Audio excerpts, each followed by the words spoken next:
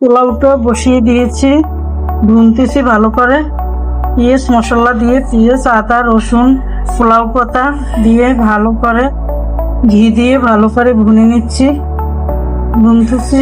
পোলাও আসল স্বাদ যত ভালো করে ভুনে নেওয়া হবে তত পোলাও স্বাদ বাড়বে এবং অনেক টেস্ট হবে।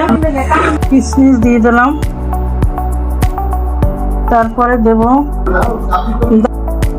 এলাচির দানা ভেঙে দিয়ে দিচ্ছি,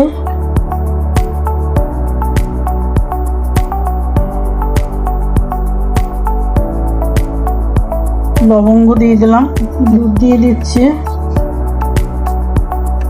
10 মিনিট পর ফিরে এলাম, দেখি আমার পোলাওটা কেমন হলো।